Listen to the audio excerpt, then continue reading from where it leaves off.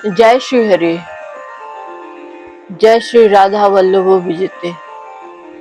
मैं शैलजा अपने चैनल पर आपका हार्दिक स्वागत करती हूँ। आशा करती हूँ आप सब स्वस्थ एवं प्रसन्न होंगे। श्री गणेशाय नमः। श्री राधा वल्लभ विजते श्रीमद्भागवत महापुराण के 7वें स्कंद की कथा है। कथा है गृहस्थ संबंधी सदाचार।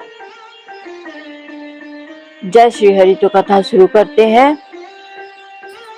राधा युधिष्ठिर ने पूछा, देवर्षि नारद जी, गृहस्थ एताम पदमी विधिना येन चाजसा याति देव ऋषे ब्रूहि मादृशो गृहमूढ़धि।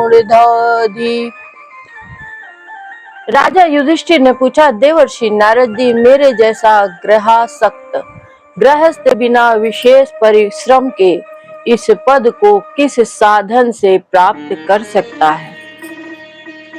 आप कृपा करके मुझे बताइए। नारद जी ने कहा, गृहेपवस्थितो राजन क्रिया कुर्वन् ग्रहोचिता वासुदेवार्पणं साक्षादुपासीत महामुनीन। नारद जी ने कहा, युधिष्ठिर, मनुष्य गृहस्थाश्रम में रहे और गृहस्थ धर्म के अनुसार सब काम करे, परंतु उन्हें भगवान के प्रति समर्पित कर दे और बड़े बड़े संत महात्माओं की सेवा भी करे। अवकाश के अनुसार विरक्त पुरुषों में निवास करे और बार बार श्रद्धा पूर्वक भगवान के अवतारों की लीला सुधा का पान करते रहे।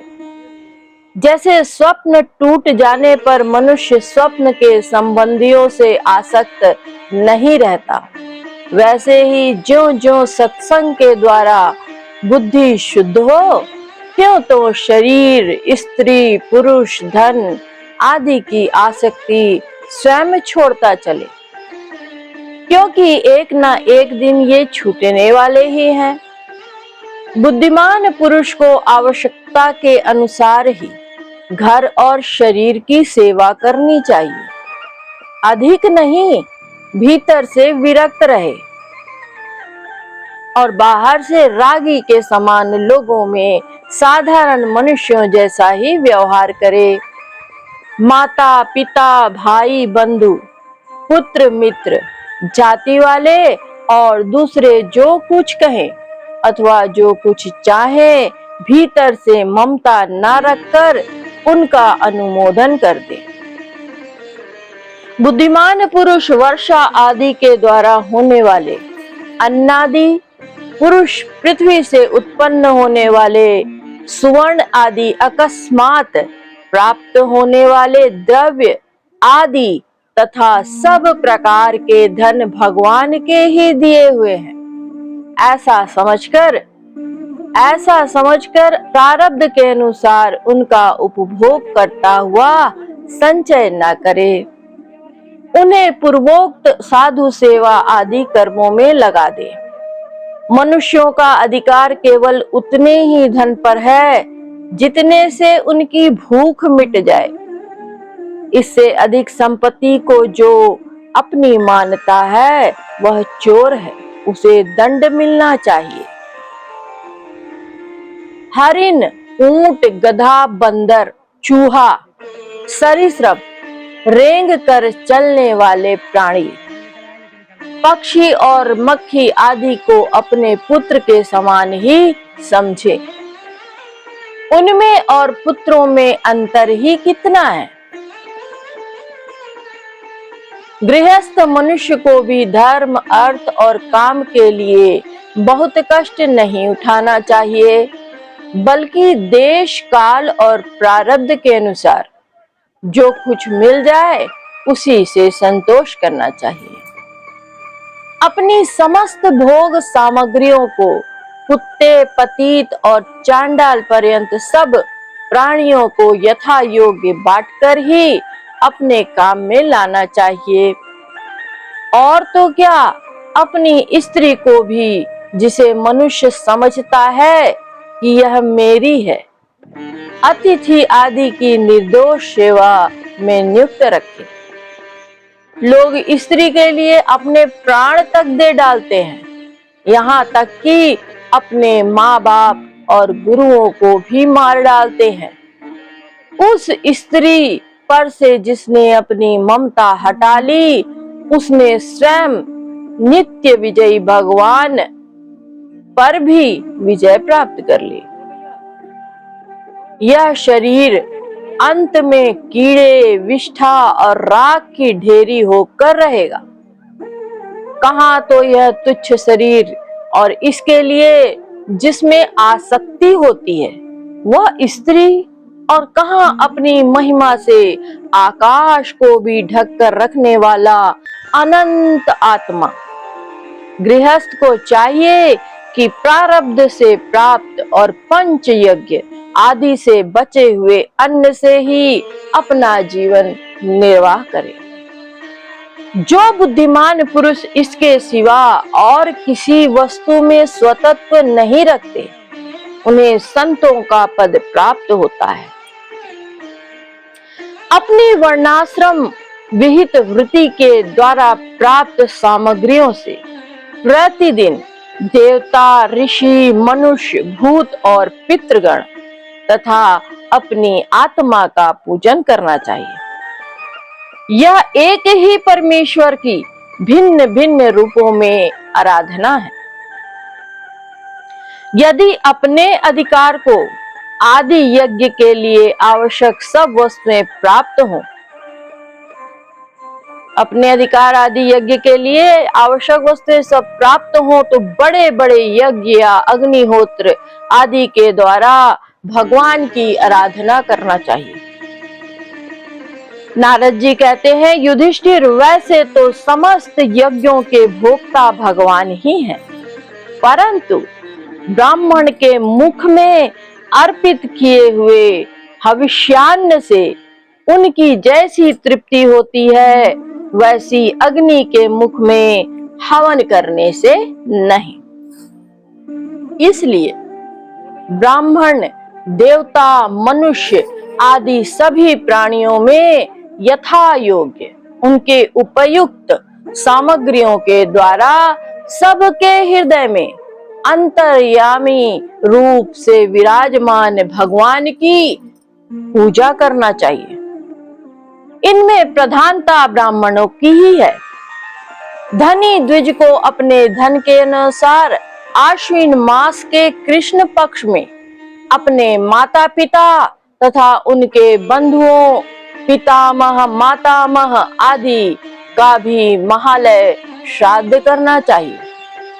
इसके सिवा अयन, कर्क एवं मकर की संक्रांति, विषु अर्थात तुला और मेष की संक्रांति, व्यतिपात, दिनक्षय, चंद्र ग्रहण या सूर्य ग्रहण के समय, द्वादशी के दिन, श्रवण, धनिष्ठा और अनुराधा नक्षत्रों में, वैशाख शुक्ला तृतीया, अक्षय तृतीया, कार्तिक शुक्ल स्वप्न नवमी अर्थात अक्षय नवमी, अगहन, पौष, माघ और फाल्गुन, इन 4 महीनों की कृष्णाष्टमी, माघ शुक्ला सप्तमी, माघ की मघा नक्षत्र से युक्त पूर्णिमा और प्रत्येक महीने की वह पूर्णिमा जो अपने मास, नक्षत्र, चित्रा, विशाखा, ज्येष्ठा आदि से युक्त हो,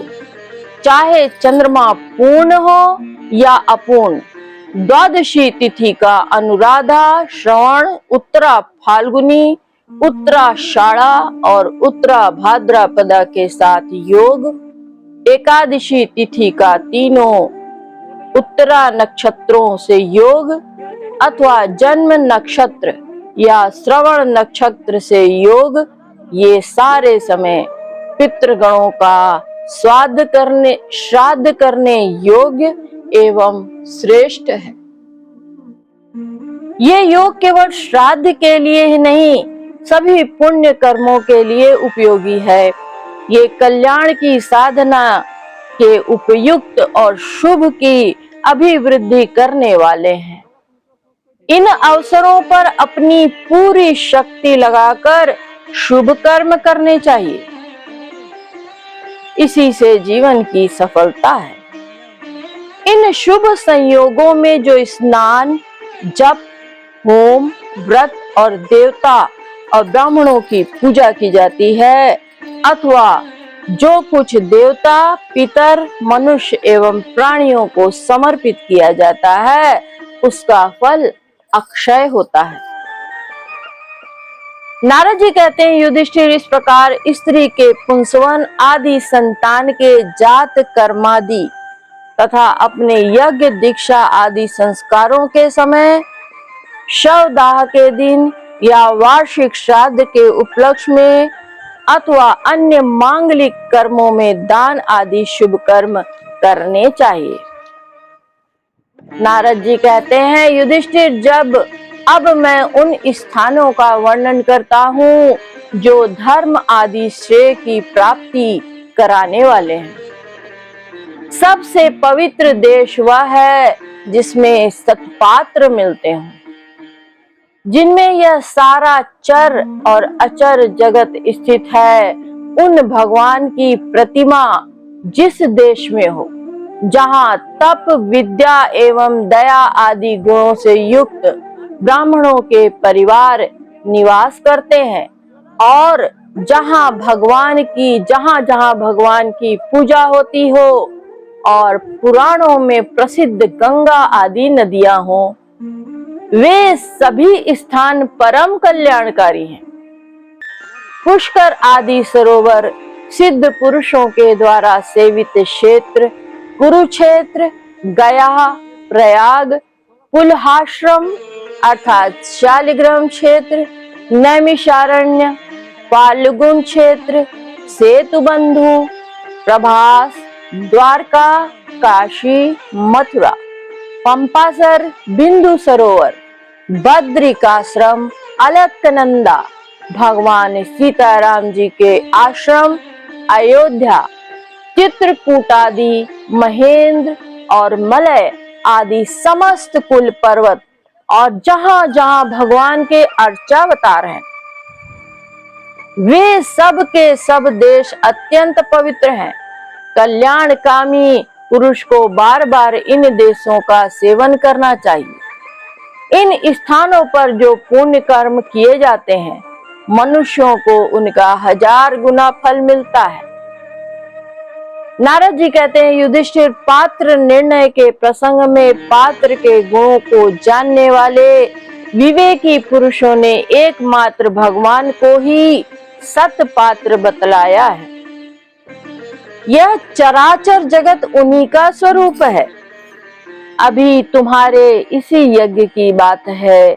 देवता, ऋषि, सिद्ध और सनकादिकों के रहने पर भी अग्र पूजा के लिए भगवान श्री कृष्ण को ही पात्र समझा गया।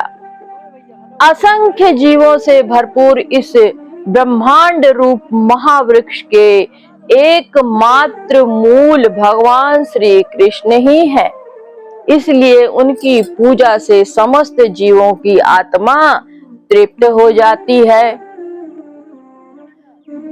उन्होंने मनुष्य, पशु, पक्षी, ऋषि, देवता आदि के शरीर रूप पुरों की रचना की है तथा वे ही इन पुरों में जीव रूप से शयन करते हैं। इसी से उनका एक नाम पुरुष ही है। पुराण्येन सृष्टानि मितिर्यागृषि देवताः शेते जीवन रूपेण पुरेषु पुरुषो हासौ।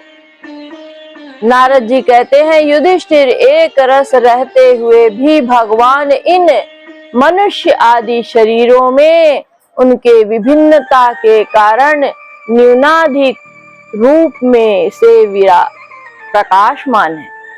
इसलिए पशु, पक्षी आदि शरीरों की अपेक्षा मनुष्य ही श्रेष्ठ पात्र है। और मनुष्यों में भी जिनमें भगवान का अंश तप योगादि जितना ही अधिक पाया जाता है वह उतना ही श्रेष्ठ है। नारद जी कहते हैं, युधिष्ठिर, त्रेता आदि युगों में जब विद्वानों ने देखा कि मनुष्य परस्पर एक दूसरे का अपमान आदि करते हैं, तब उन लोगों ने उपासना सिद्धि के लिए भगवान की प्रतिमा प्रतिष्ठा की। तभी से कितने ही लोग बड़ी श्रद्धा और सामग्री से प्रतिमा में ही भगवान की पूजा करते हैं, परंतु जो मनुष्य द्वेष करते हैं उन्हें प्रतिमा की उपासना करने पर भी सिद्धि नहीं मिल सकती। युधिष्ठिर, मनुष्यों में भी ब्राह्मण विशेष सुपात्र माना गया है, क्योंकि वह अपनी तपस्या, विद्या और संतोष आदि गुणों से भगवान के वेद रूप शरीर को धारण करता है। महाराज, हमारी और तुम्हारी तो बात ही क्या, ये तो जो सर्वात्मा भगवान श्री कृष्ण हैं, इनके भी इष्ट देव ब्राह्मण ही है, क्योंकि उनके चरणों की धूल से ये तीनों लोक पवित्र होते हैं।